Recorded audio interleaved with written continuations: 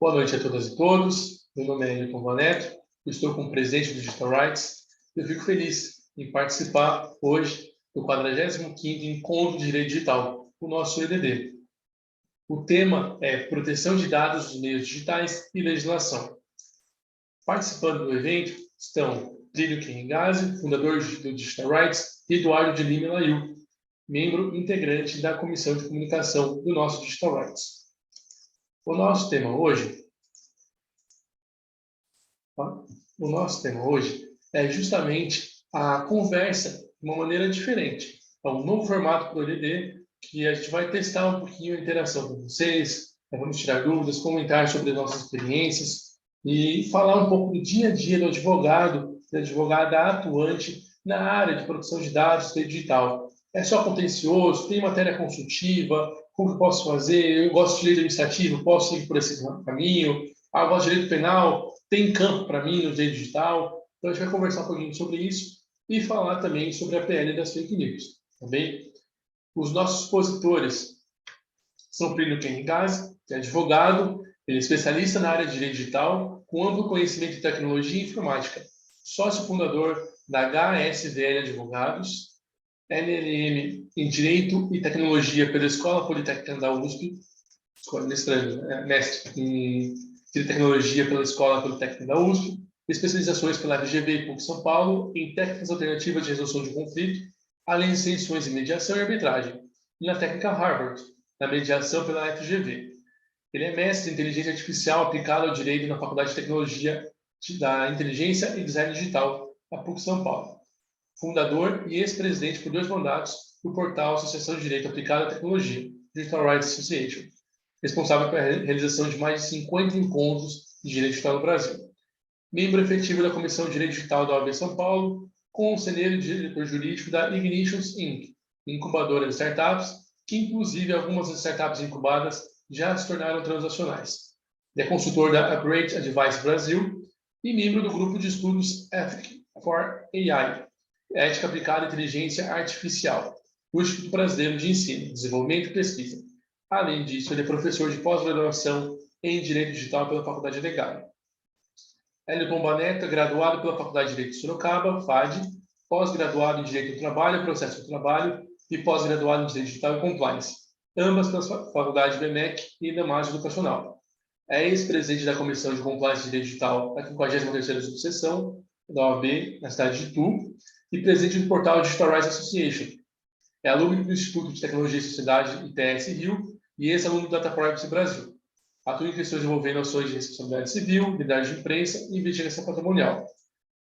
Então, esse é um breve currículo Plínio e o meu currículo, que está exposto no DR, no painel do evento. Então, quem quiser retomar alguma coisa, poxa, algum aluno da Legal, alguém que está interessado em participar, identificou, rolou alguma identificação com o direito de trabalho, a gente vai conversando para ter esse contato com vocês. Plínio, quer comentar alguma coisa antes de a gente falar da PL das fake news?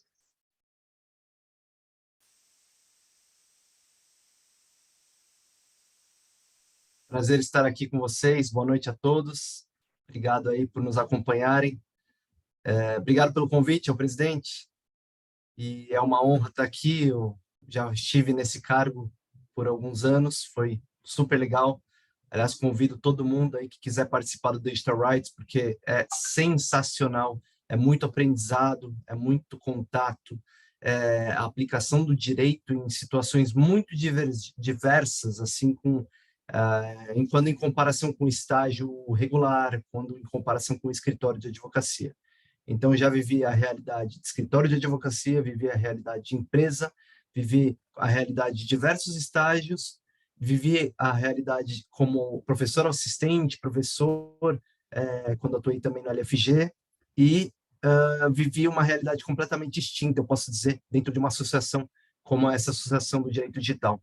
Então, convido a todos aí para participarem ativamente do Digital Rights, porque tem espaço para todo mundo, espaço para o pessoal escrever artigo, espaço para o pessoal produzir eventos, espaço para levar o Digital Rights para a sua cidade, para o seu estado, em alguns casos até para o país, porque já teve oportunidade de pessoas que levaram o Digital Rights para Portugal e fizeram diversos eventos lá em Lisboa e em Porto.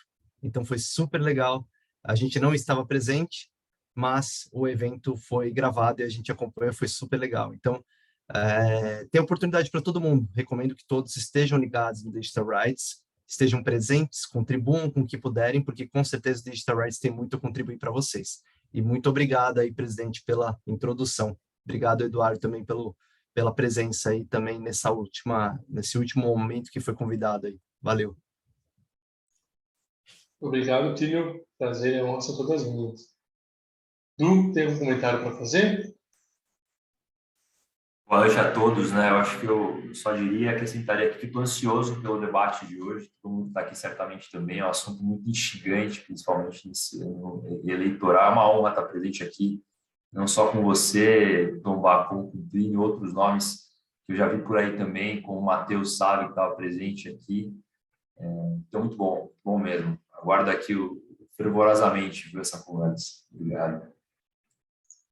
Obrigado, Du. Realmente, o Matheus, presidente da Comissão de Compliance Digital da OAB São Paulo, na 43ª subseção, na cidade de Itu. Fico muito contente em ter tua presença aqui, Matheus.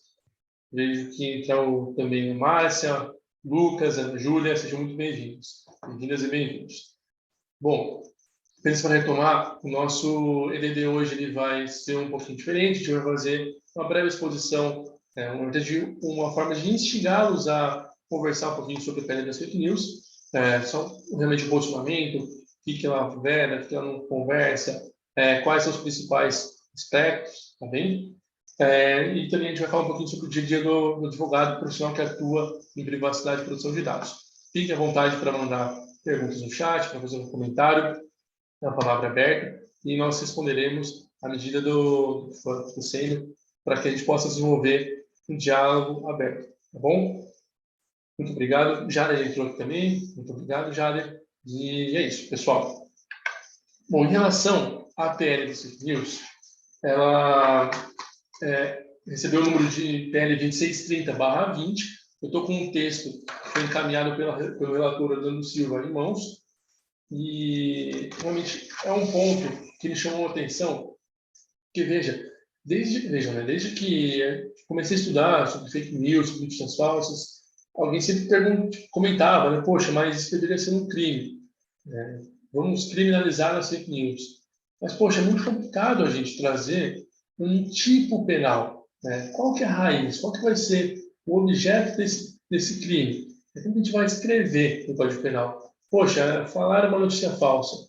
Poxa, mas o que é notícia falsa? Notícia falsa é uma mentira naquele momento, é uma verdade fora de contexto.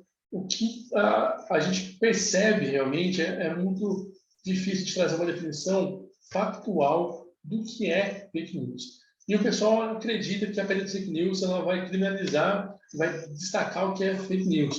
Poxa, não, agora o Brasil vai ter o Ministério da Verdade. Olha, fazendo referência a 1984, livro de George Orwell. Ou, poxa, agora eu não vou poder expressar minha liberdade na internet. Agora o meu maior medo se concretizou, não vou poder manifestar no Twitter, no Facebook, no Instagram. Muito pelo contrário, um dos pontos principais da PL das fake news é justamente garantir a liberdade de expressão. Ele trata logo no artigo 2º sobre isso, reconhecendo que é um direito fundamental nos termos do artigo 5º, inciso 9 da Constituição Federal. Então, entende-se que a liberdade de expressão aplicada à internet ela é essencial para que a gente possa continuar utilizando os meios. A PL das fake news, de maneira alguma, veda a possibilidade de comunicação efetiva e a exposição de sua expressão como um usuário da internet. É claro que a sua propagação de opinião, de ideias, comentários, etc., está sujeita a regulamentações, tanto das redes sociais, as quais estão sendo utilizadas, quanto dos provedores, quanto dos jogos online, até o nome que você coloca no seu usuário, e principalmente não afasta a questão da responsabilização civil e da responsabilização criminal, dos crimes contra a honra, que o pessoal do direito deve ter estudado isso lá no 2º ano de faculdade, sobre injúria, calúnia, difamação. Lá no direito civil, a gente estuda lá no 927, 928, definição de ato ilícito, estuda a extensão do dano. Então, a gente precisa entender que a PL das fake news ela veio justamente para garantir ainda de uma forma mais positivada, a liberdade de expressão e a legalização dos comentários na internet. Ela traz, em alguns pontos, a questão de obrigações e responsabilidades dos provedores. Por exemplo, aqui no artigo 6 ela comenta que é obrigação e responsabilidade do provedor vedar o funcionamento de contas automatizadas não identificadas como tal usuário. Ou seja, caso seja convertido em lei, atualmente a PL, a proposição, está sujeita à apreciação do plenário. Eu chequei essa informação hoje, dia 28 de junho. Então, se você esteja assistindo no futuro, caso esteja assistindo no futuro, talvez a PL já tenha sido aprovada, talvez tenha alguma discussão, alguma mudança no texto, mas hoje, dia 28 de junho, às 19h52, eu postei e está para apreciação do plenário. Tá bem? A questão também é para a identificação de todos os conteúdos impulsionados, cuja distribuição tenha sido realizada mediante pagamento. Ou seja, se alguém encaminhou uma mensagem para a gente, isso vai ter que ser avisado pelo provedor de mensagens instantâneas, etc. É importante destacar a respeito do dever de transparência, que ele vincula os provedores, quem está atrelado à obrigação legal, etc. E um dos pontos mais polêmicos é a exposição de um relatório semestral de transparência. Então, lá no artigo 9 e seguintes, ele fala um pouquinho sobre o que deve conter nesse relatório, ele chama atenção também sobre os termos de uso dos sites, que tem que ser de uma forma acessível para as pessoas entenderem, compreenderem se algum ato que ela está tendo pode ser configurado uma vedação para as políticas daquela plataforma.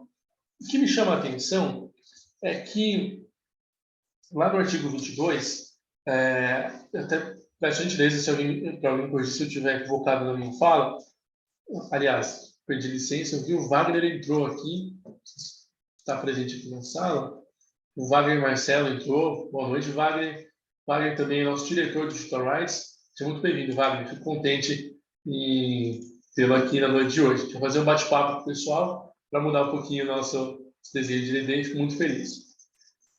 Bom, no artigo 22, a PL ela aborda o seguinte, ela detalha quais são algumas contas que estão vinculadas à administração e ela aborda um assunto que a gente vem discutindo há alguns anos, que é o seguinte, uma pessoa que ocupa um cargo executivo, por exemplo, um prefeito, um governador, presidente, aqui no Brasil, pode bloquear terceiro, pode bloquear um jornalista, pode bloquear a conta de alguma desavença política. Quais são as limitações da utilização de suas redes sociais? E é importante que ele apresente um rol, pode existir uma discussão se ele é taxativo, se ele é exemplificativo. A princípio, acredito que ele seja taxativo, tá bom? Mas ele aponta o seguinte, vou ler o texto legal, que as contas que tratam o CAPT, ele fala que detentores de mandatos do Poder Executivo, Legislativo da União, dos Estados, Polícia Federal e municípios, ministros de Estados, etc. Ele fala que as contas detalhadas não poderão restringir as visualizações de publicações por outras contas e terão suas informações sujeitas às garantias de acesso à informação.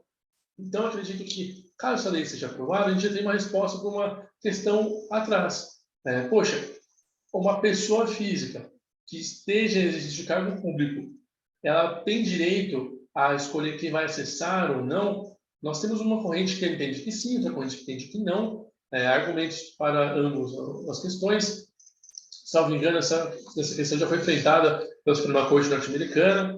E tem questão da liberdade de imprensa. Poxa, um presidente pode bloquear um jornalista específico, um meio de comunicação, mas e o acesso à publicação, às suas falas, aos seus atos? Isso fere o princípio da publicidade? Claro que a gente vê em direito administrativo. Então, isso me chamou muita atenção e é um ponto de destaque. É um assunto que me é muito caro, que eu gosto bastante, que realmente aponta um norte, aí, talvez, para essa resolução. Eu trago, só por fim, a questão das sanções, fala da questão sem prejuízo de mais sanções civis, criminais ou administrativas.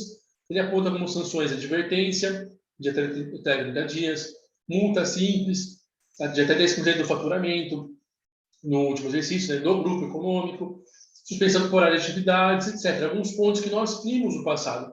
A suspensão de funcionamento de aplicativos de mensagens instantâneas, que nós vimos recentemente. A gente fala recentemente, mas, poxa, talvez foi em 2021 teve um bloqueio de algum aplicativo, mas talvez em 2020 teve bloqueio do WhatsApp por um tempo. Então, a gente enxerga, né, algumas sanções aplicáveis. E, por fim, eu trago aqui o crime em espécie, que é justamente a abordagem, a criminalização das fake news. O pessoal tanto fala, poxa, mas qual que é o crime que vai ser criado? E ele trata do seguinte ponto. O tipo é o seguinte, está no artigo 36 da PL. Tá? Promover ou financiar, pessoalmente ou por meio de terceiros, mediante uso de contas automatizadas e outros meios ou expedientes não fornecidos diretamente pelo provedor de aplicações, disseminação em massa de mensagens que contenha fato que sabe e verídico e seja capaz de comprometer a rigidez do processo eleitoral ou que possa causar dano à integridade física e seja passível de sanção criminal. Pena reclusão de 1 a 3 anos e multa. Bom, então é aquela questão. Poxa, alguém que sabidamente, ou seja, faz de maneira dolosa. Tinha uma questão, poxa, vai ser culposo, vai ser doloso? Como a gente vai definir esse ponto? Como a gente vai poder buscar no tempo? Claro, essa questão de provas, etc., vai ser interessante ver num processo criminal, esse desenrolar. Mas ele trata aqui, né, expressamente sobre a disseminação de mensagens em massa. Então, que é um ponto que é muito discutido na imprensa, até justamente nós que atuamos no direito digital, advogados que atuam no direito digital eleitoral e...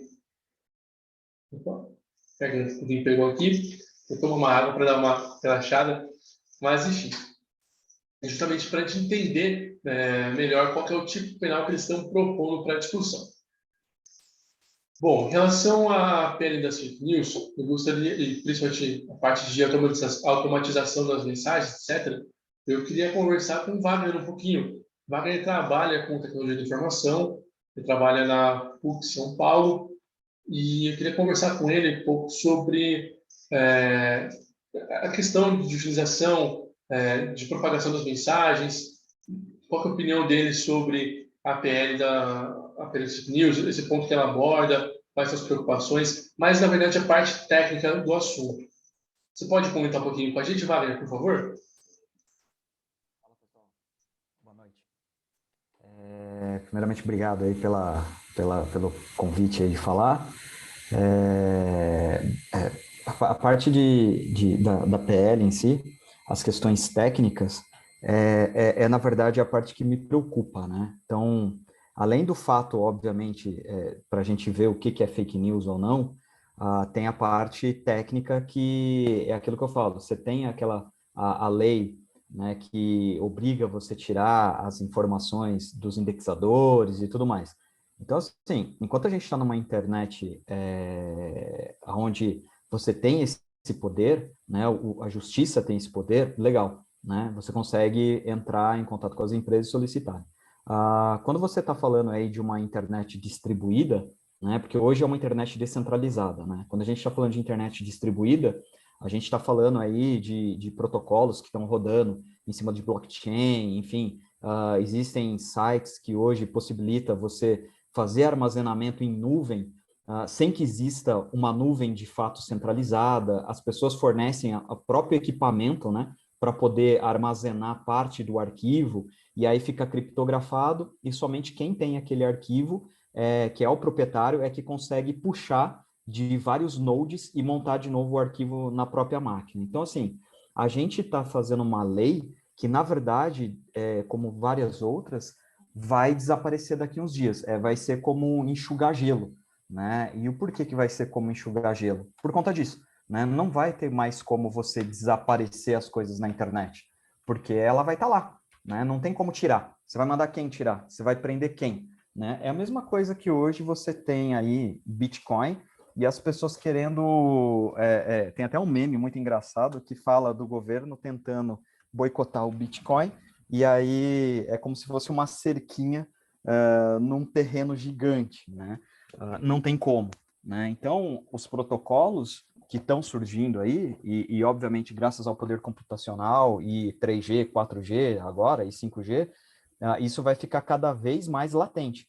Então, a lei do direito ao esquecimento, a desindexação do Google, tudo isso vai por água abaixo. Já tem indexadores, né, que funcionam como um Google, que na verdade ele não tem uma URL central, né? Ela tem várias URLs, você pode acessar de várias, você pode até criar uma URL nova, apontar para esse serviço, e aí você aponta para um node, e esse node aponta para vários outros. Se esse node cai, outro entra em operação.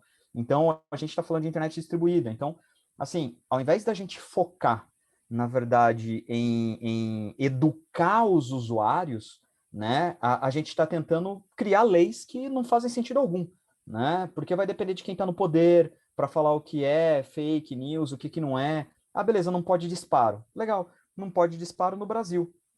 Eu vou, faço um servidor lá em Marrocos e disparo de lá. Tipo, e quem vai saber que sou eu? Entendeu? Então, mas o presidente ou o deputado ou o senador sabiam? Ok, e se eles não souberem? Né? E se eu sou um cara que estou fazendo isso por mim mesmo, por ideologia? Né? Eu posso montar um servidor lá em Marrocos, eu foco em algum país que não tem uma legislação tão fechada, e de lá eu disparo. E até Estados Unidos mesmo, né? Estados Unidos, para você colocar em pauta essa parte aí de lei, de censura e tudo mais, é mais difícil. Né? Apesar de ter vários aí CEOs pedindo leis semelhantes à LGPD lá nos Estados Unidos, eu acho muito difícil passar. Né? Porque é justamente isso, é enxugar gelo. Né? A gente vai fazer isso, vai vir novas tecnologias, e essas tecnologias não vão permitir que esses conteúdos saiam do ar. Então, vídeos como o da Cicarelli, na época aí, que fez derrubar o YouTube, isso na Deep Web hoje você encontra, né? Então, se você instalar aí tem alguns, depois eu passo, para quem tiver interesse, pode me chamar, a gente conversa, tem vários sistemas hoje que possibilitam você colocar isso na internet e ninguém derruba, né? Possibilita colocar internet, possibilita colocar armazenamento de site, serviço de e-mail, tudo criptografado, né? E de ponta a ponta, né? Só que você não sabe por onde passa, né? Porque ele passa pelo node mais próximo. Se o node cai, ele encontra uma nova rota e vai. Né? Então, é muito, muito complicado. Eu acho que o nosso foco deveria ser em educar as pessoas e punir a pessoa, né? Ao invés de ficar querendo criar lei. A lei já existe, né? A lei de difamação, a lei de injúria já existe, né? Então, desde que você prove isso diretamente na pessoa, você pune a pessoa, né? Não precisa ficar criando um monte de lei aí que daqui uns dias vai cair em desuso porque essa tecnologia vai ser superada. Bom, muito obrigado pela colocação, Wagner. Estou até procurando aqui a respeito da PL das fake news, e eu só queria trazer um ponto. No artigo 2º da PL, ela fala qual é a aplicação, qual é a extensão. Então, ela fala que a lei se aplica a provedores de redes sociais, ferramentas de busca de mensagem instantânea, constituídos na forma de PJ, que ofertam serviço ao público brasileiro e exercem atividades de forma organizada, etc., incluindo provedores cujas atividades sejam realizadas por pessoa jurídica sediada no exterior. Me chamou muita atenção quando você comentou a respeito de utilização de servidor em outro estado no sentido de estado-nação, em outra nação, em outro país.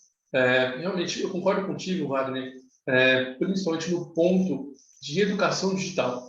Eu acho que nós estamos passando num processo latente já há bons anos. Eu acho que talvez metade da presença hoje aqui do DD lembra da internet de escada. Lembra de acessar depois da meia-noite porque o pulso era mais barato, né, que tinha uma outra construção, ou que teve acesso à internet com os CDs que recebíamos, etc. Ou, em outra verdade, talvez não saiba a utilização do disquete ou barulhinho de chiado que fazia quando tinha a conexão do pulso. E isso a gente sempre fala bastante sobre essa questão. Porque é uma geração que está sendo construída na internet de maneira direta. O pessoal de 2001 para frente, poxa, já nasceu possivelmente utilizando banda larga. As crianças da pandemia já vão nascer num mundo onde a TikTok é uma realidade. A própria questão de utilização do Instagram, do Facebook, né, o próprio metaverso. Então, é uma mudança muito grande para nós como sociedade. É só a gente pegar algumas gerações anteriores a nós, ou até mesmo entre a nossa geração, com diferenças mínimas de idade, existe uma diferença entre preocupação e forma de atuação na internet. Quais são os meus medos? Meu medo de utilização de aplicativos de relacionamento, ou meu medo de utilização até de participação de bate-papos, né? Poxa, na época o bate-papo muito conhecido era o bate-papo do UOL, assim, escolha por cidade e tal. Hoje, se antes a gente tinha medo de colocar uma informação sigilosa, hoje nós temos a figura de influenciadores digitais, pessoas que expõem a vida diretamente. A questão dos reality shows, exposição de reality show, o que isso pode ser acessível à população ou não, se o influenciador digital ele abre mão de uma parte da privacidade ou não, tudo são questões que o judiciário vai entender, vai debater, etc., mas que a gente precisa conversar entre a gente mesmo. Poxa, existe um limite do que eu vou postar ou não? Eu acho que no 35º EDD, se eu não me engano, nós conversamos com a Cíntia Burilli sobre sharing, sobre a exposição indevida de imagens de crianças e adolescentes pelos pais, pelos responsáveis, etc., ou o que as crianças estão postando. Eu realmente concordo contigo que a gente precisa analisar a mudança cultural das gerações e alertar sobre os possíveis cenários e a possível composição. Plínio, Du, querem complementar algum ponto?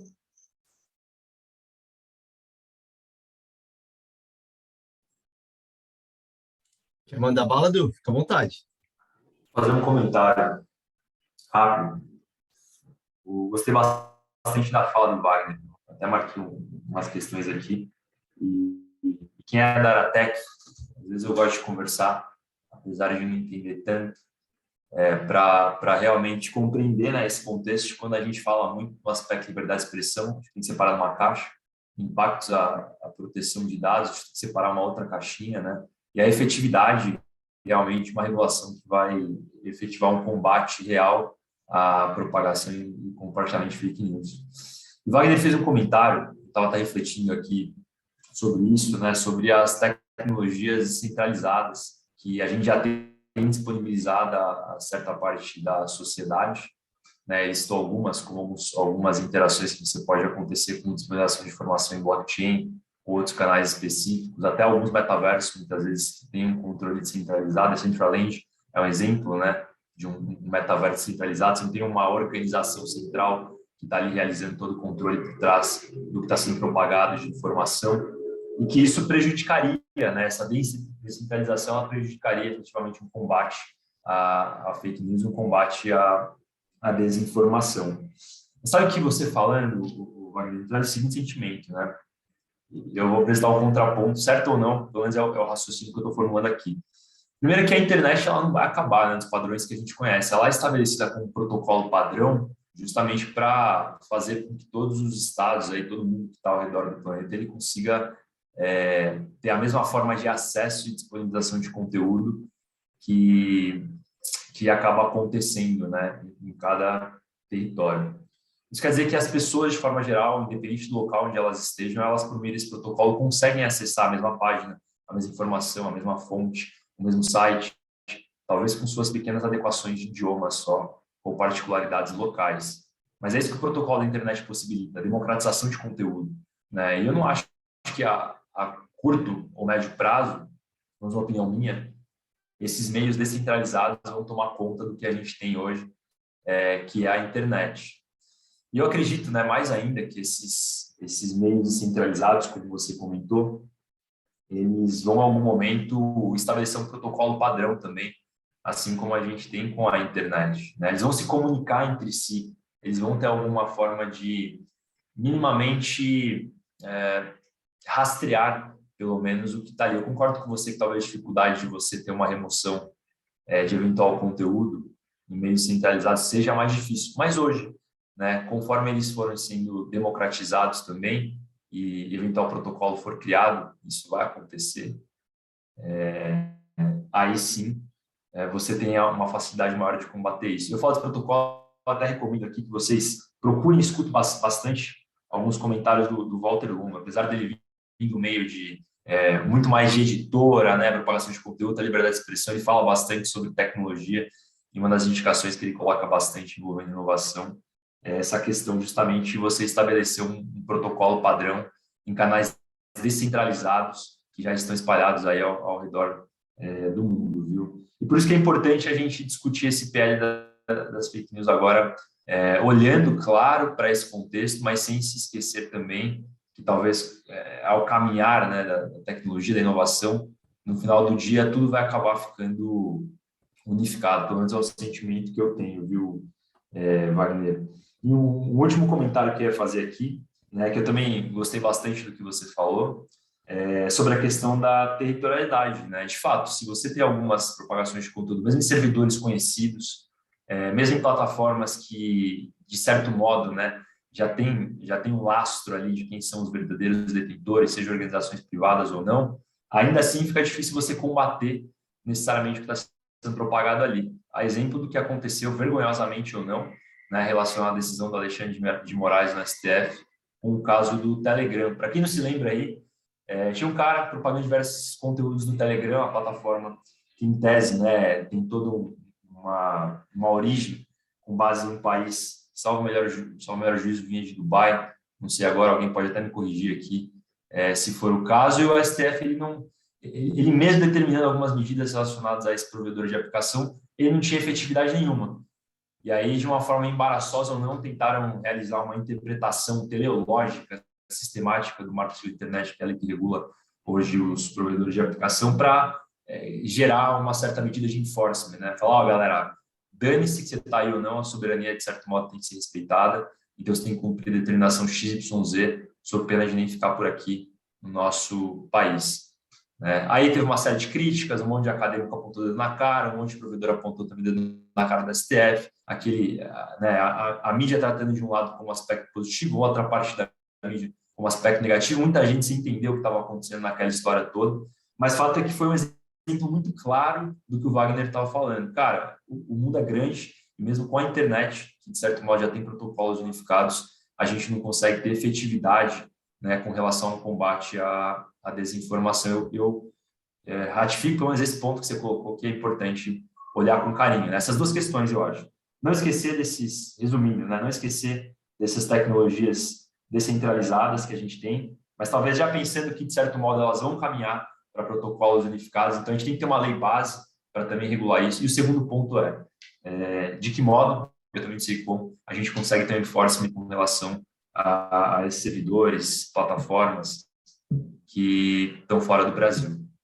Só esses dois comentários aí. Só complementando aí alguns pontos que você tocou, que são bem interessantes, e aí para deixar claro a parte mais técnica do negócio, é que quando a gente fala de protocolos padrões, né, a gente já tem alguns que é no caso do Bitcoin, né? Então, eu vou dar um exemplo bem clássico, porque existem outras tecnologias, enfim, existem inúmeros aí, se a gente for falar de Ether, se a gente for falar Monero, cada um tem aí um protocolo e um funcionamento aí com base nesse protocolo, né?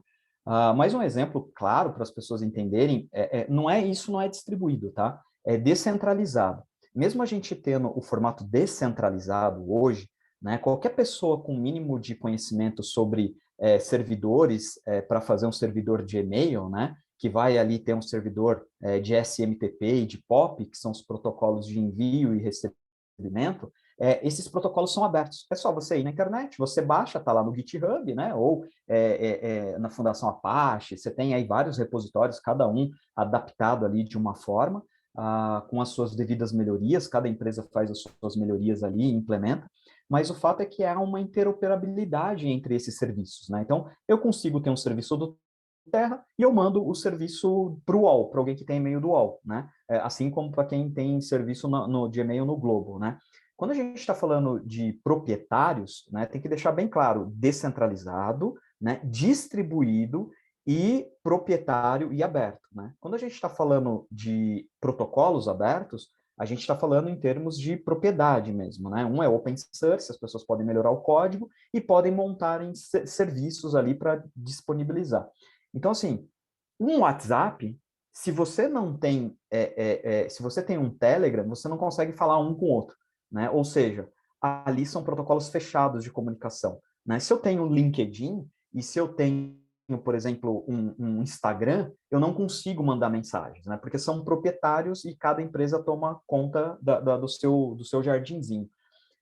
Quando a gente está falando de protocolos abertos, é justamente isso. Eu posso abrir uma máquina, né? Eu pego um IP, seja ele fixo ou dinâmico. Se for dinâmico, eu tenho serviços que eu consigo meio que mascarar esse dinâmico e deixar ele fixo para toda vez que um e-mail foi encaminhado, ele encontrar aquele IP, né? Então, existem serviços disso, e alguns até disponíveis dentro dos próprios roteadores. Você consegue configurar ali para você, mesmo tendo um IP dinâmico, ele sempre está atualizando esse IP para você conseguir achar ali tanto o servidor DHCP, Samba para impressão na internet, enfim, você consegue burlar isso, né?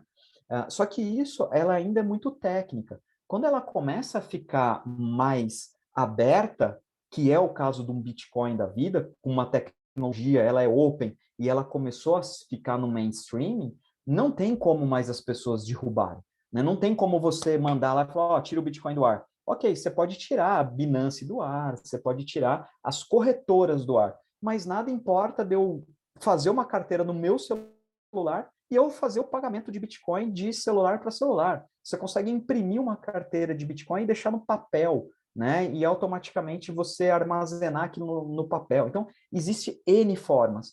Quando isso chega no mainstream, das pessoas, por exemplo, criarem uma VPN, né? Ou, quando bloquearam o WhatsApp, pipocou de serviço de VPN na internet, né? Bloqueou, beleza, vou instalar isso daqui, eu tiro o bloqueio, né? Então, já chegou no mainstream.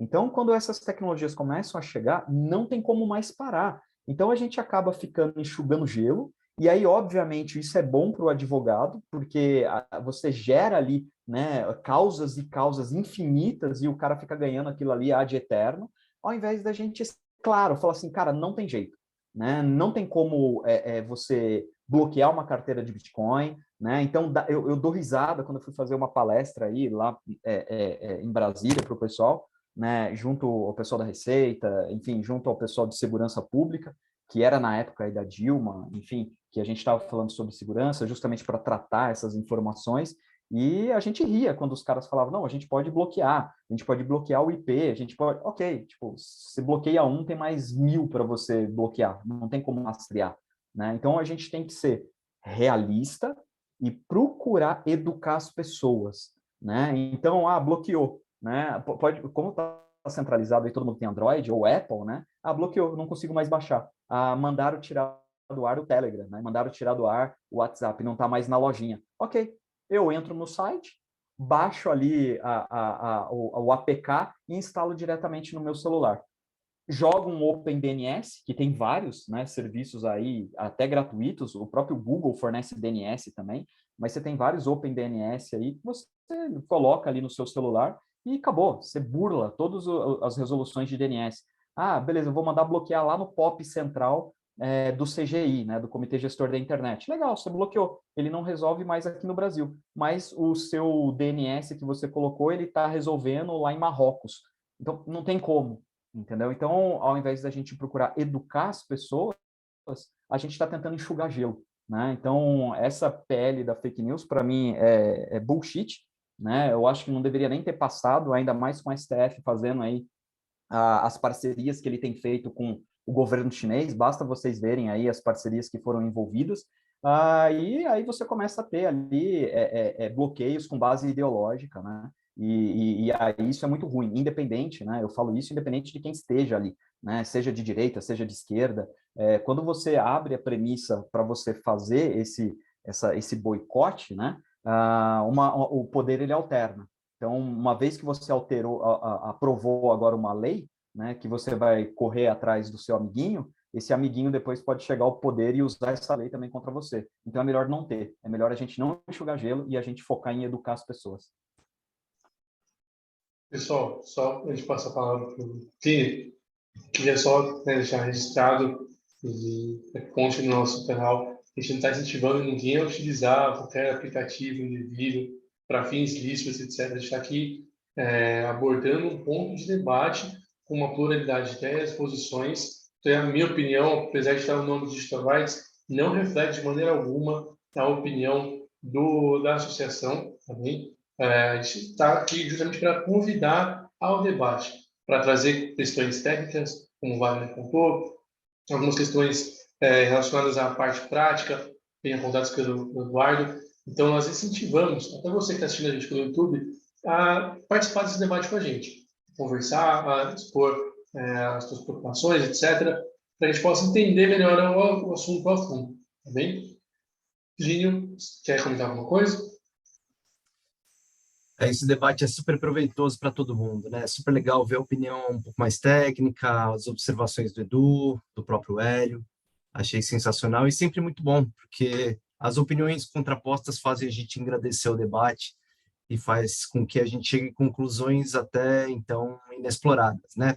Até por isso o projeto de fake news convidou muita gente, inclusive alguns que são amigos próximos nossos, que estiveram presentes ali no Senado, tiveram presentes nessa discussão relacionada à questão das fake news.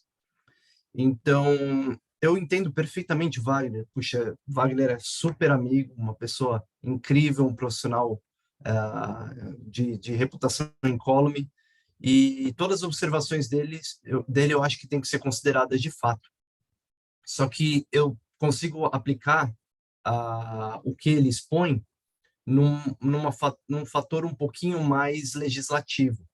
E aí eu discordo nesse aspecto, Wagner. Por quê?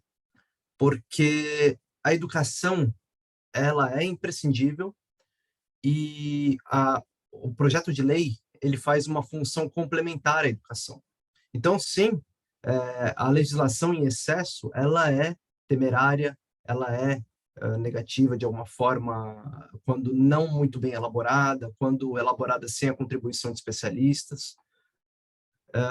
E a educação também, a falta de educação é terrível, as pessoas sequer conseguem utilizar os meios regulares e acabam eventualmente caindo nos meios irregulares de acesso à internet por tentarem se esquivar de alguma responsabilidade que muitas vezes sequer se aplica ao caso, né? Já verifiquei que muita gente usa deep web, fake web, já entendi nesses 15, 17 anos de atuação como advogado, e as pessoas elas vão atrás de soluções mirabolantes que muitas vezes não são nem necessárias para elas. Concordo. O fato da falta de educação, a dificuldade de acessibilidade à educação, faz necessária a criação de normas distintas. Mas, ao mesmo tempo, uma coisa não é necessariamente atrelada à outra. Não precisa ter educação sem leis e nem precisa ter leis sem o fomento à educação. As pessoas que estão buscando ali meios para praticar ilícitos, elas de fato vão continuar usando os métodos regulares. E aí, eventualmente, alguma coisa acontecendo ali nos meios eletrônicos, vai ter a aplicação do Marco Civil. Então, eu entendo também o que o Wagner diz com relação à não necessidade, à falta de necessidade de criação de um projeto de lei relacionado a fake news e a efetivação da lei relacionada a fake news, porque muitas das coisas ali, o próprio Marco Civil da internet, ele poderia regulamentar. Então, a quebra de sigilo, a localização das máquinas, não lembro exatamente o artigo que eles falam sobre quebra de sigilo, que deve ser fomentado pelo provedor de aplicação. Isso já está no Marco Civil da internet. Agora, o próprio projeto de lei, ele estipula questões relacionadas ao apoio para essa localização, porque a gente entende como pessoas que atuam como operadores do direito em tecnologia, a gente percebe que está cada vez mais complicado. Então, a gente tem que passar por mais etapas para localizar as pessoas, embora a gente ainda localize as pessoas.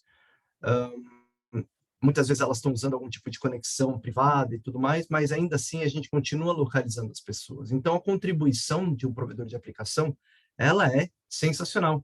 Então, esse fomento é algo que realmente deve acontecer, justamente porque se houver uma contribuição de um backbone também para derrubar um sistema, e aí, Wagner, eu concordo que sempre vai haver um meio. Então, vamos lá, eu vou falar primeiro do problema, mas depois falar da solução mesmo que num plano superficial, porque a solução nesse caso que você deu de exemplo vai ser muito mais aprofundada quando a gente fala de internet descentralizada.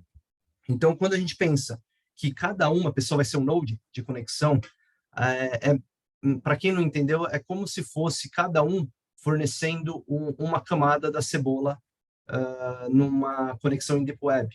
É como se fosse cada um fornecendo o seu modem naquele período que o Hélio comentou, em que o modem fazia barulho de conexão, para que o seu conteúdo seja hospedado, para que o seu conteúdo seja acessado, sendo que ninguém sequer sabe quem é você. Cada um vai distribuir as conexões, distribuir os acessos e os conteúdos de tal forma que todo mundo vai acessar, mas ninguém vai saber de onde vem. Então, existem meios de tentar bloquear isso. E isso depende da contribuição de entidades, contribuição de empresas, e isso também vai da educação, porque as empresas que estão participando ali de alguma forma do debate, participando das questões relacionadas às políticas de cada país, às questões legislativas de cada país, elas podem contribuir muito bem para identificar as pessoas, ou, no mínimo, tirar do ar. Então, puxa, o exemplo do Wagner ali, que é o problema que eu ia falar, é a questão de ser tão descentralizado que você não derruba o node, porque, aliás, se você derrubar um node, vem outro e conecta automaticamente como uma redundância. E é perfeito, bom, a pontuação dele é perfeita. Mas a gente já viu a possibilidade de derrubar algum tipo de node por backbones. E aí a contribuição do backbone, por exemplo, um backbone gigante do Brasil, a Embratel, enfim, é um grande exemplo que a gente poderia solicitar medidas técnicas que fossem buscar essa mesma conexão por meio de uma hash daquele tipo de conteúdo, ou por meio de indexação das palavras-chave daquele conteúdo especificamente. É difícil, Wagner? Eu sei que você vai me falar que é difícil demais, que dá para mudar, dá para ter keywords dinâmicas, dá para ter alteração da hash por meio de inteligência artificial só por causa de uma mudança de uma vírgula. Concordo 100%. Mas com uma inteligência artificial desse lado também, você consegue derrubar consequentemente com vezes reiteradas.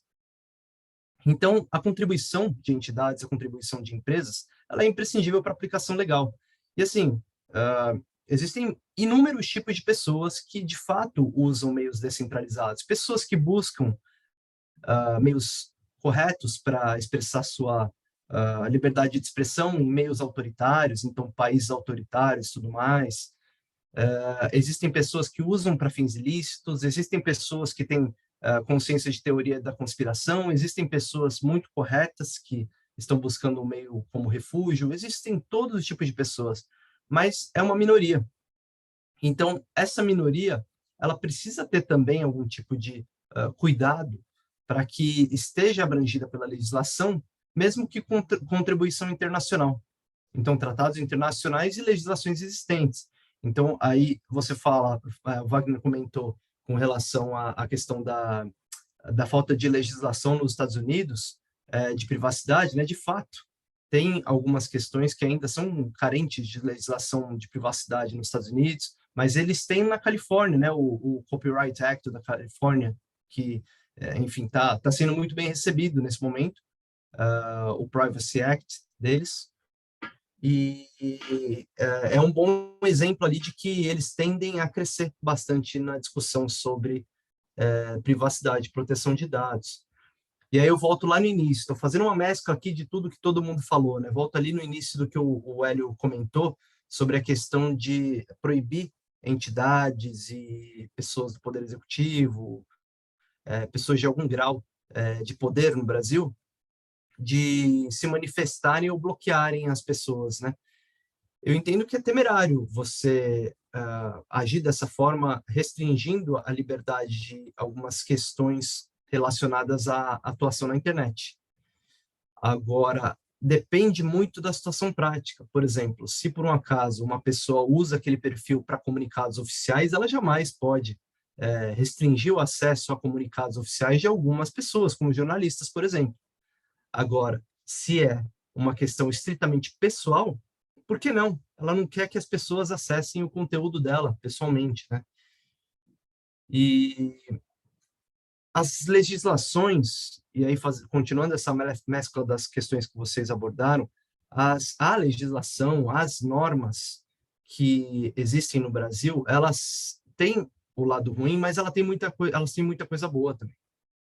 Então, quando a gente fala de termos de uso, que nem o Hélio abordou na questão da existência ali do debate de termos de uso dentro do projeto de lei das fake news, a gente lembra que houve a autorização, houve um fomento até nas legislações, nas normas anteriores aí recentes, de que os termos de uso, a política de privacidade principalmente, seja feita de forma gráfica, inteligível, de forma desenhada, para que as pessoas que importam saber, que são os usuários, para que eles compreendam muito melhor a política de privacidade. Então, esse tipo de coisa foi imprescindível e só veio por meio de uma nova lei que determinou isso, porque senão sempre os termos de uso, a política de privacidade, qualquer termo, teria que ser por meio de um documento formal e sempre apresentado na integralidade, não nos pontos principais que interessam ao usuário, e se o usuário quiser acessar depois os termos oficiais ali e completos no juridiquês, como muitas pessoas falam, ele vai poder acessar também, mas ele vai compreender muito mais facilmente os direitos dele, as obrigações da pessoa e tudo mais, né? Então, eu falei da questão da internet distribuída, dos protocolos que acabam possibilitando o armazenamento em nuvem, né? Em nuvem no computador de cada um. Acho sensacional essa descentralização. A gente já viu até um terceiro fator, até um pouco mais complicante, que o Wagner vai saber abordar também muito bem aí, a questão da criação de novas internets por regimes autoritários. Então, vocês imaginam que a Rússia, durante a guerra, ela começou a ter sanções do Ocidente. E aí, de repente, vieram outras questões com relação ao uso da internet, que muitas delas a gente sequer está sabendo, porque quem tem poder dentro da internet pode dificultar o acesso de um país inteiro à informação e tudo mais, ou fomentar o acesso dos cidadãos daquele país também. Assim como Elon Musk fez, que colocou um satélite em cima da Rússia para que as pessoas da Rússia tivessem acesso, e, enfim, a Ucrânia também, para que conseguisse acesso à internet sem fio e localizasse tudo, as tropas russas e tudo mais. Então, é possível que a gente veja aí em regimes autoritários a criação de novos sistemas de internet com o mesmo protocolo TCP/IP. Eles podem criar tudo por meio de códigos abertos que já existem. Então, o Wagner estava falando sobre isso, a contribuição que a gente consegue na internet de coisas já pré-produzidas, já elaboradas, que podem fomentar e facilitar muito todo tipo de integração tecnológica atualmente.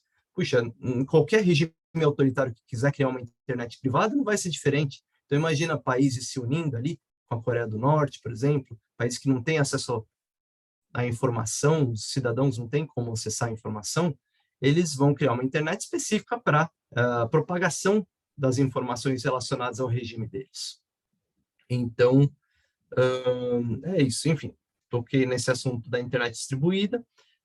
A educação do usuário é imprescindível, mas as técnicas de repressão, elas precisam existir, porque se não existirem, não tem, mesmo para a pessoa que tem a educação com relação ao que pode acontecer, com relação à forma de utilização, ela vai usar quando tiver um interesse próprio ali, de forma distinta do que é esperado da forma educativa, da forma como se prevê ali da ética, que é esperada de um ser humano. Muitas vezes as pessoas agem por próprio interesse. Você me permite um comentário rápido? Fique à vontade. Você falou, é muito engraçado a sua fala, porque me remete muito ao aspecto de combate à pirataria, quando você fala de educação. Pense que a pirataria, todo mundo instiga ao combate, mas geralmente as pessoas que também estão instigando o combate, de algum modo, elas estão ali assistindo um filme baixado num site qualquer e dizendo, olha, que absurdo é isso realmente que estão fazendo com as empresas, o mercado, etc. Mas as pessoas, elas acabam utilizando esses mecanismos, eu chamo de aleatórios, randômicos que existem por aí, para buscar uma forma de benefício pessoal, mesmo conscientes de que isso é errado, né? A galera se beneficia do ruim. E é por isso que essas legislações, assim como talvez você comentou do PL da fake news, elas sejam relevantes. Né? Pô, vamos educar a galera, mas a gente sabe que é uma galera mesmo educada. muitas vezes está fazendo as coisas por benefício próprio, né? Então, por isso que é um outro argumento legal aí para essa analogia. É isso, Legal. perfeito. E a Acho gente que... sabe que... Pode falar, Fê, então, que eu tinha levantado. Fala, Wagner, pode falar, fica à Não, acho vontade. que tem uma parte que você comentou que é bem interessante, por isso que é muito bom um ambiente democrático, e quando a gente fala democrático, a gente aqui do Digital Rights, a gente procura realmente reproduzir esse mundo democrático, né? Onde o que eu falo não representa o digital, enfim, comunicados oficiais do digital só saem dentro do site do digital, e aí com o apoio de todo mundo ali, e esse é um ambiente que a gente gostaria de ver em todo mundo, né? E, no entanto, isso não acontece. E aí, quando o Eduardo ele comentou uma parte interessante ali, que fala sobre a pirataria, né? Então, por exemplo, o Hollywood gastou bilhões para tentar tirar do ar o Pirate Bay, prenderam os dois carinhas, só porque os caras fizeram tudo em open source, eles abriram todos os protocolos, né, criando os formatos de Magic Links, enfim, o peer-to-peer ali, eles fizeram aquilo ali, colocaram na nuvem, né, rodando, enfim, outras pessoas colocaram isso rodando, né, então você tem aí ações de grupos, a qual eu tive o prazer de participar também, na época da Primavera Árabe, na época aí da invasão do Iraque também, aonde tinham arduinos com conexão na internet, burlando ali toda a parte dos servidores DNS locais, onde os caras inflavam balões e colocavam esses arduinos para fornecer internet para a galera, né? Então, assim, existe N formas de você burlar, né? E quando a gente está falando aí desse formato agora de descentralização, aonde a gente já tem alguns temas para tirar do ar, quando isso entrar no formato distribuído, não tem como, né? Então, hoje você tem aí o formato descentralizado, que é o Bitcoin. Imagina o Bitcoin rodando no formato distribuído, né? Acabou, não tem mais o que tirar, né? Não tem como. Então, assim, existe essa ilusão nossa de novamente achar que a gente vai tirar, e a gente vai tirar, obviamente vai conseguir, né? Mas você consegue tirar das empresas, ou seja, que são as pessoas que você consegue tirar porque elas são idôneas, né? Querendo ou não, tem muita gente que pode reclamar das empresas, mas a empresa quer ganhar dinheiro. Então, ela vai ser idônea o máximo possível. O grande problema é justamente das pessoas, que são poucas, mas elas têm ali financiamento de dinheiro que vem da Deep Web, que, sabe, são rios de dinheiro, e eu acho que a gente está tomando um caminho preocupante. O caminho que a gente deveria ir é o caminho investigativo, né? Então, vamos investigar, vamos dar poder para a polícia para investigar, fazer as provas e punir quem realmente já está fazendo errado. Então, eu gosto de falar bastante do Demi, que o Plínio aí foi uma vez com a gente também jantar com o Demi lá, comer pizza, e em diversas outras situações, eu conversando com o Demi, seja aqui no Fala quem é Facebook, Demi. Explica quem é Demi. Demi é o único cara aí dentro do hall da fama da internet, é o pai da internet no Brasil, enfim, uma pessoa que, enfim, eu considero um dos meus mentores aí, em termos tecnológicos e de debate filosóficos aí sobre o uso da tecnologia. É o cara que foi responsável pela viabilização da conexão na internet da aplicação do protocolo TCP/IP, e foi ele que cedeu os primeiros IPs do Brasil e os DNS, ou seja, os primeiros sites.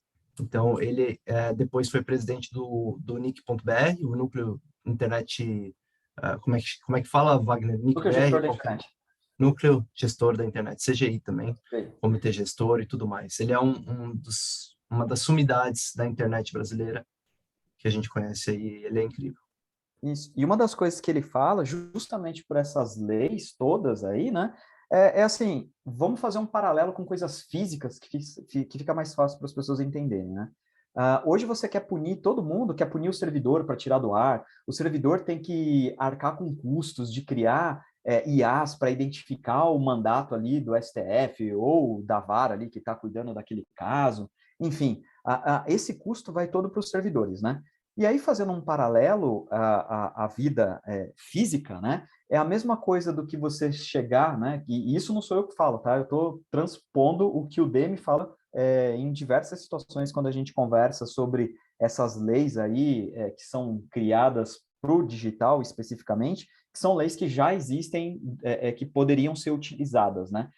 Então, por exemplo, você tem aí a Dutra, né? A nova Dutra ali, o pessoal que administra a Dutra, né? Então, é o seguinte, vamos fechar a Dutra, né? Vamos mandar lá uma solicitação para fechar a Dutra, porque a Dutra é a via por onde trafega quase 100% do tráfico do país. Então, toda a cocaína, toda a maconha que vem dos países vizinhos e que trafega internamente, passa pela Dutra ali, porque vai para o Rio, vai para São Paulo, a gente está falando ali das duas principais capitais, né?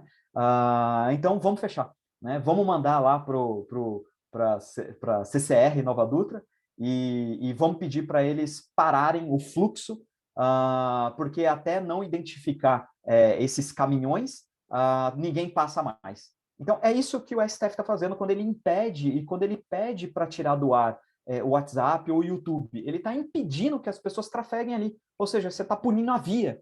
Ao invés de você punir o motorista, ao invés de você punir o traficante, né, o grande traficante, não, você está punindo a rodovia. Né? Você está punindo a CCR, que está impedindo outras pessoas, ou pior, né? Você está falando, CCR, é você que tem que controlar, né? Então você tem que colocar o pedágio, tem que colocar raio-x, tem que colocar um monte de coisa, porque você tem que controlar o que está trafegando aí, né, pela rodovia.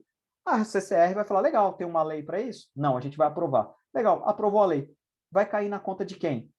É óbvio que a CCR vai cumprir, só que ela vai aumentar a tarifa do pedágio, porque isso vai ter custo. Então, fazendo um paralelo para a internet, é a mesma coisa. O STF pode decidir um monte de coisa. A partir de agora tem que ter IA em todos os servidores para poder ver se vai ter algo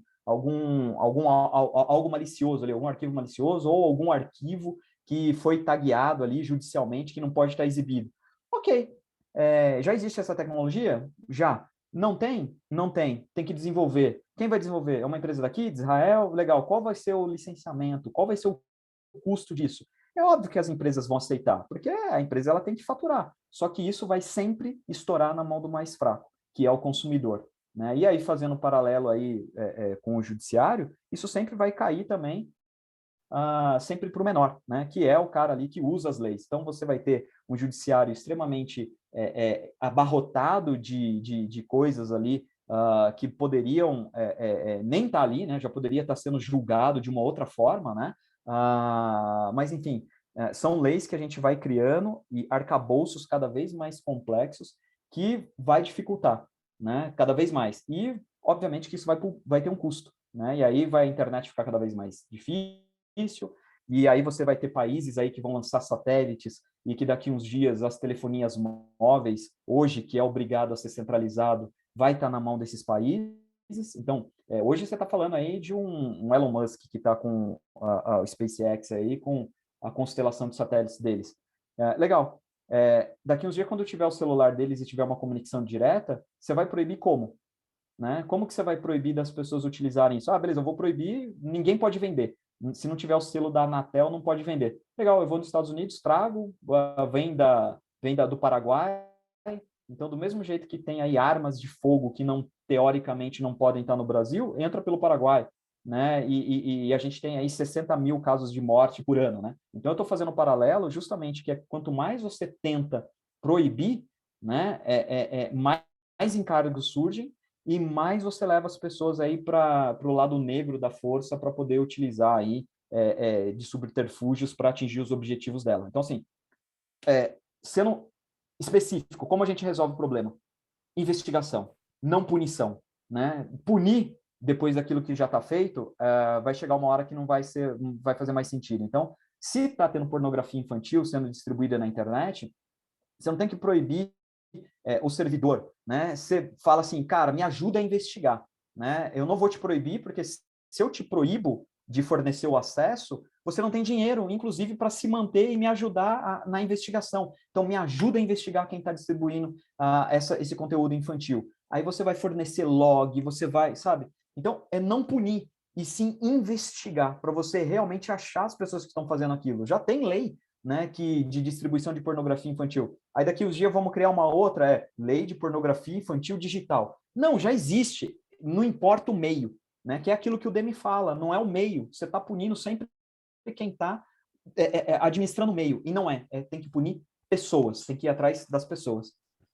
Perfeito, Wagner, perfeita pontuação. Eu vou tomar a palavra 1 minuto, que eu sei que a gente está com um tempo super curto aqui, a gente precisa abrir para perguntas, mas eu entendo perfeitamente, as pessoas realmente precisam ter a via aberta, o trânsito de dados precisa ser liberado, a questão da liberdade de expressão, a liberdade de acesso à informação também, ela tem que ser fomentada, e só é fomentada se a via está aberta.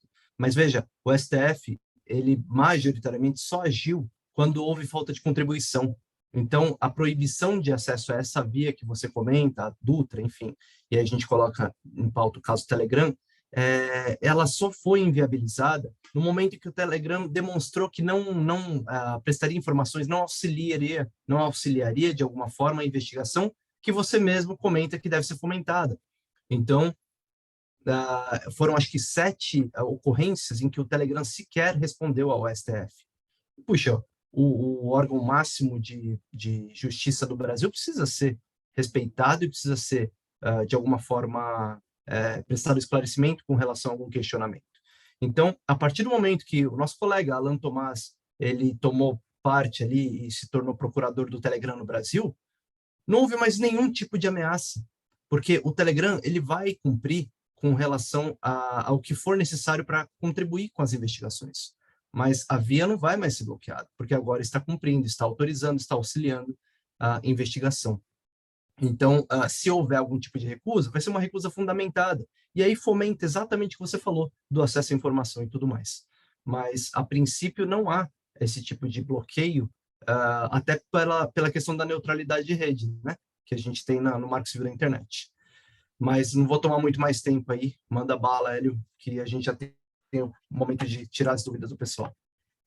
Bom, pessoal, vou retomar a discussão. Acho que é importante a gente ter esse debate que foi apontado. Para quem quiser retomar os argumentos, as discussões, esse vídeo vai estar integralizado no nosso canal no YouTube de maneira completa. Então, poxa, quero entender melhor o argumento, quero entender melhor outro ponto. Então, vocês podem chamar a gente no privado, podem mandar mensagem também e acompanhar o conteúdo, o material aqui disponibilizado, tá bom? Destaco, o Plínio comentou, alguns programas que falam sobre essa própria atuação do STF junto ao aplicativo de mensagens, como, por exemplo, tem um episódio do Café da Manhã, que foi especificamente sobre isso. Temos alguns textos publicados, inclusive, salvo engano, pelo Carlos Afonso, do ITS Rio, envolvendo essa questão. O próprio Caio, já deve ter comentado sobre o assunto, então sugiro para que vocês comentem, procurem também esse assunto para a gente aumentar essa qualidade de discussão. Bom, pessoal, agora mudando um pouquinho a nossa linha, eu gostaria de conversar com vocês, de questioná-los a respeito de alguma dúvida que vocês tenham a respeito do dia a dia de um advogado, de uma advogada, de um profissional que atua com privacidade e proteção de dados. Poxa, só envolve LGPD? Só envolve elaboração de parecer? Poxa, eu gosto da área trabalhista, eu posso atuar em privacidade e proteção de dados? Como que eu posso integralizar essas paixões? Eu gosto da área criminal, enfim, de todas essas questões. Então, a gente vai falar um pouquinho, vou passar depois do Plínio para o Du, o Wagner, também se quiser colocar um apontamento, mas a ideia aqui é mais voltar para a ótica jurídica, sobre o nosso dia a dia, né?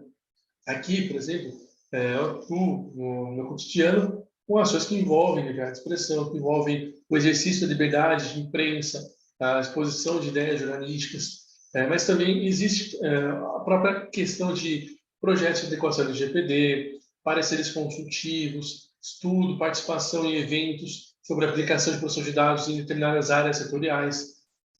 Então, o que me fez apaixonar e fascinar pelo direito digital, quando comecei a estudar sobre um novo caminho que surgia, mas antes, poxa, o pessoal falava sobre direito da internet, algo assim, foi justamente essa pluralidade que a gente enxerga na forma de atuar. Poxa, quem gosta de direito penal pode atuar com direito penal digital, ou quem gosta de direito trabalho digital. Quem gosta de regulamentação, de direito empresarial, pode atuar nas frentes de startup, ou pode buscar uma ponte mais acadêmica no assunto. Então, é interessante a gente verificar que o dia a dia do profissional, ele envolve o direito digital, ele dificilmente vai ser maçante. Né? Acredito que o Pio e o Eduardo compartilhem desse ponto, mas, poxa, nenhum dia é igual ao outro. Né? Realmente, o estudo que a gente fez no dia anterior pode ser não aplicável para um determinado estudo no presente dia, ou alguma análise que pode ser aprofundada. Poxa, teve uma resolução nova da NPD, vamos analisar. Então, realmente, assim, existe muito dinamismo no nosso desempenho profissional. Diferente do que o público geral acha, poxa, é só LGPD? Não, a LGPD também é uma das atuações, mas a gente abrange diversas frentes do direito. Plínio, como que é o teu dia a dia? Além de maluco, é um dia a dia super legal. Eu acho que um momento em que, bom, se alguém conhece, o pessoal conhece um pouquinho da minha história, eu comecei a atuar com computador, com questões de tecnologia lá pelos 9 anos de idade. Então, eu fiz meu primeiro BBS, que era uma internet privada, aos 11 anos de idade, dentro de casa com um telefone.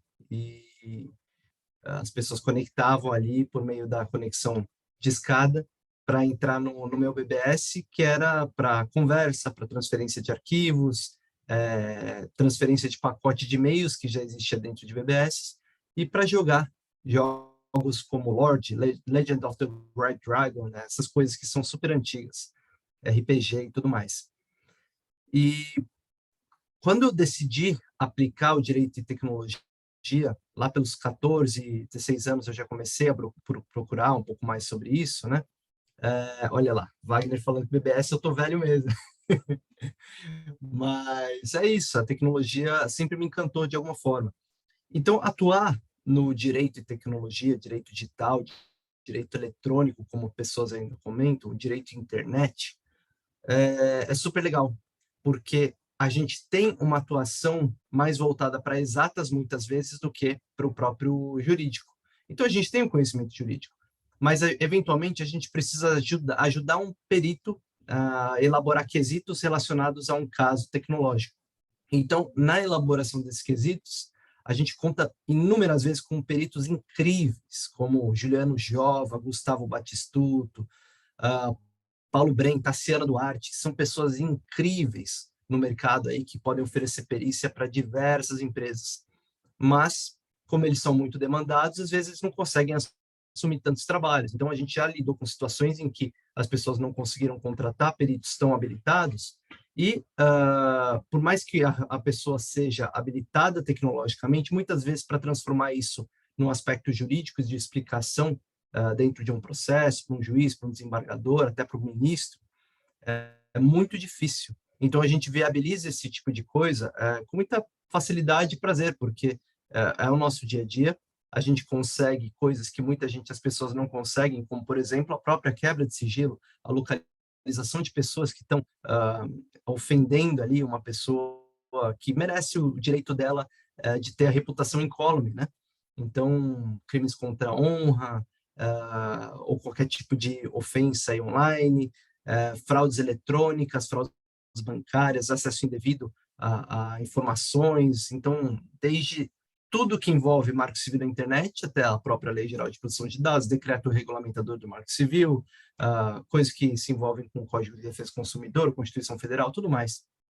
Então, as pessoas atrelam, de fato, muito a Lei Geral de Proteção de Dados. E até ao direito e internet, mas as pessoas esquecem que existe o direito e intranet, o direito e telnet, e o direito digital como um todo, que não demanda uma conexão específica, como o Arduino, que o Wagner falou. Muitas vezes um Arduino ele não serve para uma conexão, ele serve especificamente para uma função, até que você conecte 5 mil Arduinos, sei lá, um em conjunto com o outro, para que chegue a uma função complexa. Mas um Arduino gerou um dano para alguém, ele pode gerar uma causa de responsabilidade civil. Então, puxa, internet não, o mundo digital torna possível inúmeros fatos que são fatos jurídicos, fatos que importam para o direito e demandam a aplicação de uma norma. Então, a gente só viabiliza isso, e para viabilizar isso, a gente precisou de um conhecimento um pouco mais aprofundado em tecnologia, e que é o que faz tudo ficar tão mais interessante. Então, além de maluco, é uma delícia trabalhar nessa área. Poxa, com certeza. Comento que nosso time sheet aqui bomba, né? Porque, caramba, digital realmente é um assunto que está sendo falado bastante, acredito, poxa, desde 2016, 2015, quando começou a apontar as discussões sobre o LGPD mais ativamente na mídia. E assim, a gente está passando por uma oportunidade muito interessante de acompanhar o crescimento da evolução do direito digital aplicado ao nosso dia a dia. E aí eu já pergunto para o Du, como que é o dia a dia dele e se dá para aplicar direito digital a direito eleitoral. Dá para ligar essas duas áreas? Como que você enxerga, Du? Legal, meu. Legal a sua história, me identifiquei, viu, cara? Eu, quando era moleque, eu preferia D&D, né? Dungeons and Dragons, jogo de RPG, do que futebol, viu? Não à toa que até hoje eu sou ruim em futebol, mas sou bom em D&D. Cara, basicamente, né, o que eu falo assim, quem busca atuar com direito digital tem várias frentes, viu?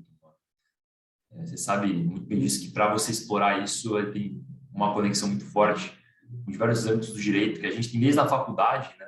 Quando você está falando em direito penal, por exemplo, você tem uma conexão muito forte com eventuais crimes que possam ser praticados aí com o uso de mecanismos digitais. Eu vou falar internet de modo geral, mas outros, como o Wagner comentou aqui, de âmbito geral, o Pedro falou também bastante, você também chegou a mencionar alguns. Você pode ter uma conexão muito forte com o próprio empresarial, que é algo que eu medito bastante, né, sobre regulações de novas tecnologias, modelos de negócios inovadores, formas realmente que vão impactar necessariamente a proteção dessas tecnologias, até abarcando bastante propriedade intelectual.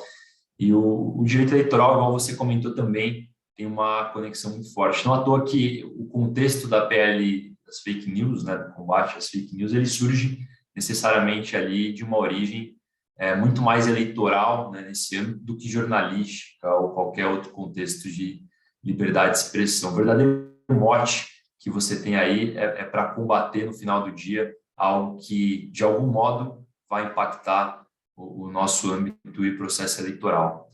Né? Eu acho que, para quem quer caminhar nessa área, eu primeiro separaria duas coisas, viu? Eu separaria necessariamente o que você tem mais fit ou não, se é criminal, se é um âmbito mais empresarial, se é um âmbito muito mais técnico, o crime milita bastante, né?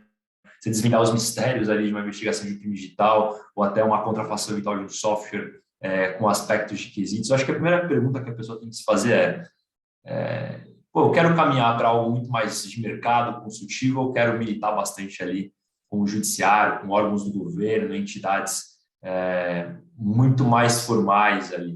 Né? Eu acho que essa é a primeira pergunta para quem gosta de advogar, independente da área. Eu mesmo fujo do judiciário, já cheguei a advogar um tempo bastante com relação ao judiciário. Hoje, eu diria que passou perto de um processo contencioso. Acho que eu vou ligar para você, ligar para o Pino, ligar para outros colegas que estão militando e falar, galera, é o seguinte, se vira com esse juiz aí, porque não é esse o perfil. Né? Então, acho que a primeira decisão que você tem que tomar é essa, o que eu gosto? Eu gosto de estar na frente ali de um processo, uma causa muito estratégica, tratando de uma questão jurídica. Não, eu quero ir para o mercado, conversar com essas empresas que desenvolvem tecnologia, uma spin-off, quero falar com uma startup que está desenvolvendo algo novo, porque também vai ter muita conexão, viu, com isso. E acho que a partir daí, tem muito para você desbravar, né? Muito para você desbravar mesmo. Mas, empresarial, propriedade intelectual, direito penal, direito eleitoral, societário, trabalhista, família. Galera, não tem ninguém discutindo, ou se tem, muita pouca gente discutindo como fica a sucessão, ou como é que vai ficar a partilha de bens envolvendo carteira de bitcoins. E aí, o marido não passa a senha para a mulher. Vai a ordem do juiz, como o Wagner falou, determinando que a provedora abra e passe aquelas criptos que estão lá para outra pessoa com uma partilha. Não tem nem como. Você não tem controle sobre isso. E aí, como é que fica? Então, veja que essas nuances envolvendo o direito digital, ela pode ter realmente qualquer área, porque o mundo mudou, o direito mudou com ele, e cada vez mais vamos precisar de profissionais aí em todos os âmbitos para a atuação. Acho que essa é a minha pequena contribuição. Obrigado, Plínio. Um bem voltado para o Plínio. A questão do direito médico digital, destaco, né, recentemente a própria questão de privacidade de dados envolvendo a saúde. Nós passamos recentemente, sem entrar no mérito da causa, completamente lamentável, sofrida pela atriz, mas, poxa, a questão de privacidade e proteção de dados dos próprios dados pessoais sensíveis, pode ser indicado dessa maneira também, mas estão ligados à questão de saúde, questão médica das pessoas. Poxa, alguém que vai, por exemplo, numa clínica médica para fazer uma sexagem fetal. Poxa, de repente é uma pessoa que tem uma visibilidade maior nas mídias, etc., e é vazado esse resultado antes até mesmo da própria pessoa saber, de repente tem uma festa, etc., um chá de revelação. Enfim, é muito importante. E aí entra uma questão bem clara, e acredito muito cara a todos nós, digital rights, que é a mudança cultural da sociedade para enxergar realmente que mexer com dado, mexer com privacidade não é brincadeira, não é um discursinho, não é um simples, ou melhor, não é um ponto como se fosse assim, supérfluo. Muito pelo contrário, cada vez mais a gente vai precisar entender a questão da privacidade, a questão de atuação junto à sociedade.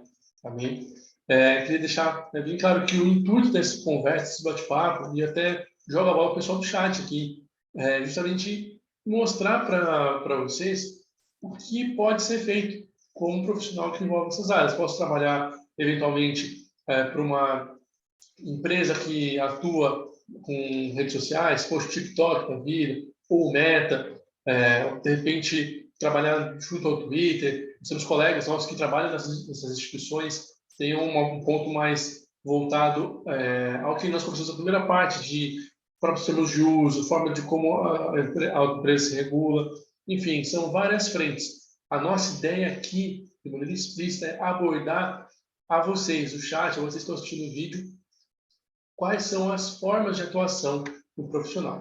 Então, se vocês do chat tiverem alguma dúvida, tiverem alguma pergunta, pessoal aí que estão no último ano de faculdade, poxa, quero ter TCC, eu quero saber melhor como que eu posso atuar como um profissional de PPD, podem mandar aqui no chat que a gente vai responder sim.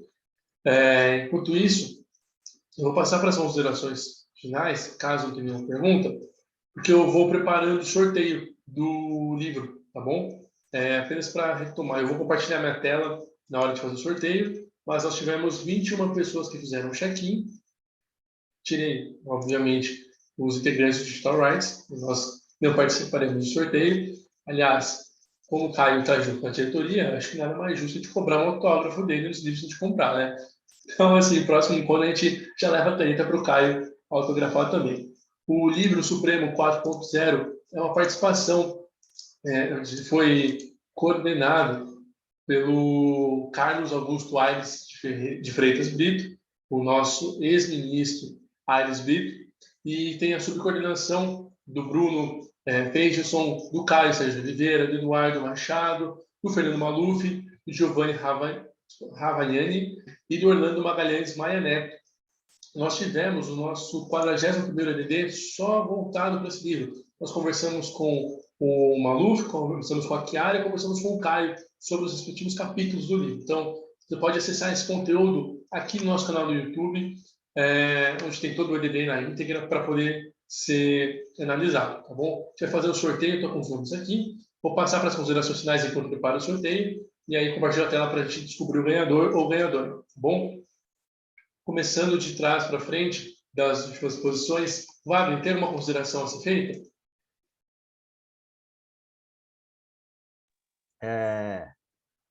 Peraí.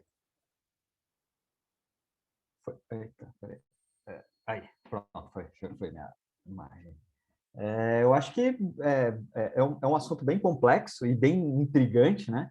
E o principal aí que intriga é que é algo que não fica mais na mão somente o conhecimento de quem é de TI ou de quem atua na área de direito, né?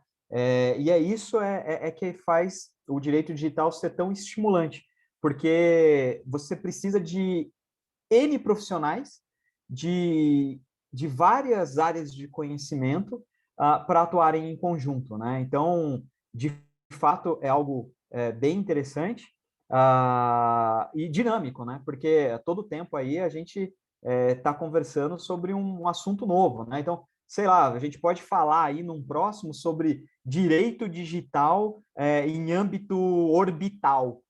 Beleza, vamos falar dos serviços de satélites, como que isso funciona, como que vai funcionar se você precisar tirar um serviço do ar, você vai mandar lá a solicitação lá para a Tesla, né? Enfim, como que vai funcionar isso, né? Então, é algo bem interessante e que dá pauta aí para a gente falar isso, acho que há de infinito, né? Então, eu acho que as pessoas podem participar lá também do grupo nosso, né? Lá do Digital Rights, lá no Telegram. Então, tem lá naquele link do Everlink, lá tem o link de todas as redes sociais e do site, enfim. Então, acessem lá que compensa conversar bastante lá e é algo que dá pano para manga. Perfeito, Wagner. Muito obrigado, viu? Ter lembrado, gente. Lá na descrição do nosso evento tem o canal do Telegram. Podem mandar mensagem, podem se inscrever. Nós convidamos a inscrição. Vou falar um pouquinho depois da participação, mas muito bem lembrado, Wagner. Du, tem uma consideração para ser feita?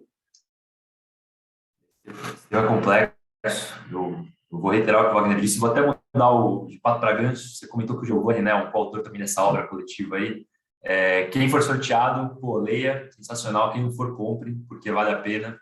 E o Giovanni, que é um dos coautores também, ele é o advogado hoje da Boozer, que é uma startup, né, voltada a um transporte coletivo. E ele é um cara muito bom também de se conversar, acompanhar, que ele está fazendo um rock and roll bizarro no judiciário, combatendo tudo e todos em nome da inovação, né, no transporte público.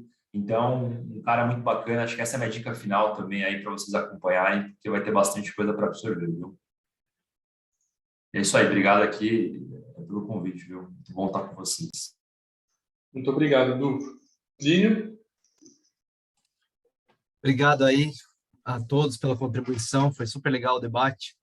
Acho sensacional se falar de Giovanni Havaiani, foi meu contemporâneo no Mackenzie ali lá para 2005. E acho que acabei de entregar a minha idade, né? Tô com um pouco mais de idade, aí falei de BBS, falei de 2005 faculdade. Bom, enfim. Mas Giovanni Havaiani, sim, de fato, é um cara sensacional para a gente tratar. Ele está fazendo um trabalho sensacional no Boozer, assim como fez lá atrás, na 99, né? Podia contar uma história aqui, né, do trabalho que ele está fazendo lá, meu. É uma baita de uma história que ele está... Os cases que ele está tendo lá são sensacionais, meu. Ele é sensacional. É engraçado como nesse meio do direito digital todo mundo se conhece de alguma forma, né? Então, puxa, Caio Oliveira foi meu contemporâneo no Opsi Bloom ali também. Trabalhamos em conjunto. Renato Leite Monteiro, a gente falou de pessoas trabalhando ali no projeto relacionado a fake news. Bruno Bioni estava lá no Senado debatendo agora há pouco também, um grande amigo aí, sensacional, uma pessoa incrível. Até, puxa, se o Bruno estiver assistindo aí, manda um abraço aí no YouTube. Puxa, são pessoas que atuam de uma forma incrível dentro do direito e tecnologia e é admirável ver.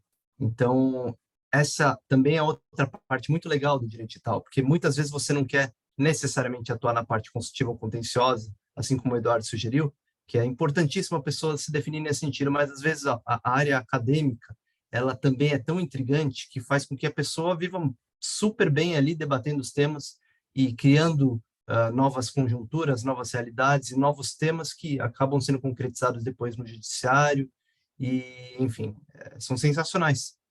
Então, a área de direito digital é uma área que expande demais e as pessoas ainda acham que é uma área nova, né? Mas olha lá, desde 98 já existia um debate muito grande relacionado à responsabilidade civil nos meios eletrônicos. E aí, ali em 99, o bug do milênio explodiu esse debate relacionado ao que seria feito se todas as empresas tivessem problema com relação à mudança da data para 2000. Então, é isso. Tem muito campo de estudo e foi muito bem abordado por todos aí. Adorei o debate. Vagnão, sensacional sempre. É um cara incrível aí. Ajudou desde o início, lá em 2015 também, a tratar sobre o direito digital mais nos meios tecnológicos, dentro de startups, dentro do meio de empreendedorismo, com apoio da PUC, que é sempre sensacional também. Então, valeu pelo debate, pessoal. Obrigado aí pela companhia e boa noite. Obrigado a todos que nos assistiram. Obrigado, Plínio. Bom, eu vou passar para o sorteio aqui. Eu vou compartilhar a tela. Para que me confirme se estão conseguindo acessar. Bom, então aqui eu fiz a vinculação de todos os participantes. Então nós temos 21 pessoas com check-in, foram apontadas. Os nomes estão aqui no sorteador.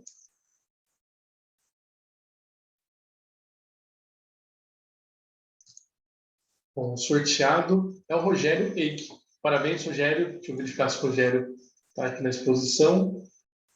Está aparecendo aqui a tela. Mas, bom, se vocês puderem confirmar a presença do Rogério aqui, por gentileza.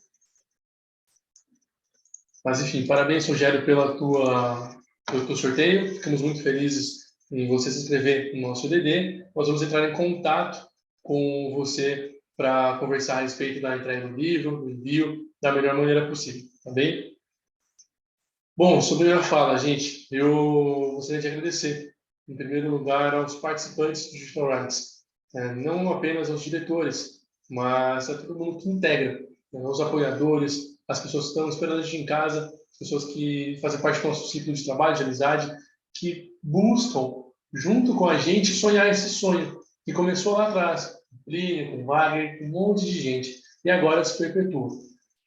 A gente entende que a educação digital é o único meio para transformar a sociedade, sim, e esse debate é necessário, é importante para que a gente evolua para um mundo cada vez mais justo e perfeito, para que a gente possa enxergar a nossa visão, a visão da evolução do direito. Como a tecnologia pode se aplicar no dia a dia? Quais são os principais debates sobre IA, sobre discriminação algorítmica, sobre exposição de conteúdo em redes sociais, responsabilidade de influenciador digital, que conteúdo a gente pode produzir na academia? A resposta para todas essas perguntas e, além disso, mais perguntas você pode encontrar na vida, mas você pode encontrar aqui no Digital Rights. Então, se você tem interesse em participar do DR, do Digital, mande uma mensagem para a gente, pode mandar um e-mail, mais fácil entrar em contato com a gente pelo Instagram, @digitalrightscc, no final de association. Vou pedir para alguém mandar aqui no chat, por gentileza, o Instagram. Se você está assistindo no YouTube, vai ter aqui na descrição para você acessar o material. E eu gostaria de fazer uns agradecimentos especiais. Hoje na verdade, é a minha última exposição do Digital Rights como presidente para a gestão 2021-2022, e eu preciso agradecer e citar cada uma das pessoas que foram imprescindíveis para que essa gestão pudesse ter acontecido. Queria citar a Isabela Pari, que é a vice-presidente do Digital Rights, o Plínio Ligazzi, o Caio Sérgio Oliveira, o Marco Hilde, a Lina Sakai, a Taina Pompilho, a Renata, o próprio Wagner está aqui, a Thaís Toshi, o Du Elail, Renata Mota, que fez todo o trabalho das artes. Agradeço também a Ana Luísa Tomba, que ajudou com as últimas artes nos últimos 2 meses. Todas essas pessoas contribuíram e colaboraram para que essa gestão, além de desenvolver ideias, mas pudessem ser aplicadas para o nosso dia a dia, para a nossa realidade e para o desenvolvimento a vocês. Ao longo desse ano, nós tivemos 11 encontros de direito digital e, somando todos os participantes, nós tivemos o exato número de 1.648 pessoas, ou seja, são mais de 1.500 pessoas que foram impactadas pela vontade, pelo desejo de compartilhar conhecimento, compartilhar conteúdo e agregar uma discussão livre, democrática e saudável. Se a gente fosse basear, fazer uma média de participações, nós temos 150 participações por encontro de direito digital. Então, 150 pessoas que podem sair daqui um pouquinho melhor, um pouquinho mais de conhecimento, ou talvez um pouquinho mais de dúvida do que quando a gente chegou. Hoje o encontro foi incrível, foi engrandecedor. Eu agradeço demais a contribuição do Wagner, do Eduardo, do Plínio e de cada um aqui dos expositores, dos participantes, porque realmente, poxa, a gente está aqui no final de junho, metade do ano fechado, quantas friends no Instagram a gente não viu aí, poxa, metade de ano, várias fotos, e com certeza nessa metade de ano eu vou levar no meu coração e na minha mente cada uma das lembranças, momentos incríveis que a gente passou junto nesse ano. Então, eu agradeço imensamente a todo mundo da diretoria pela confiança e pela possibilidade da gente realizar um trabalho coletivo e um trabalho em prol da sociedade. Bom, antes de finalizar então minha fala, vou tirar a dúvida aqui da Bruna. Bruna, em relação à emissão de certificado, você vai encontrar na área de meus certificados lá no Simpla. Então, se você acessar ao final da nossa transmissão, lá em meus certificados vai estar o certificado desse encontro digital. Caso você não consiga emitir o certificado ou tenha alguma dificuldade, pode mandar uma mensagem no privado para a gente. Nós vamos enviar todos os nossos esforços para te ajudar. Tá bem? Perfeito, Bruno. Gente, muito obrigado. Queria lembrar vocês que dia 26 de julho nós teremos nosso 46º encontro de direito digital. Estamos verificando a participação. Provavelmente, se tudo der certo, vamos fazer uma velhinha aí, torcer para ter a participação do próprio deputado Orlando Silva, relator da Academia das Fake News. Estará em contato com o gabinete para verificar, para viabilizar essa participação. Se tudo der certo, ele pode estar aqui no nosso próximo EDV. Enfim, a gente buscar sempre o crescimento da nossa associação. Se você tem interesse, quer fazer parte, mande uma mensagem para a gente. Nós precisamos muito da tua colaboração. Conte com a gente, conte com toda a equipe de colaboradores. Um forte abraço a todos, uma ótima noite, uma boa semana e até o próximo encontro. Tchau, tchau, gente. Obrigado.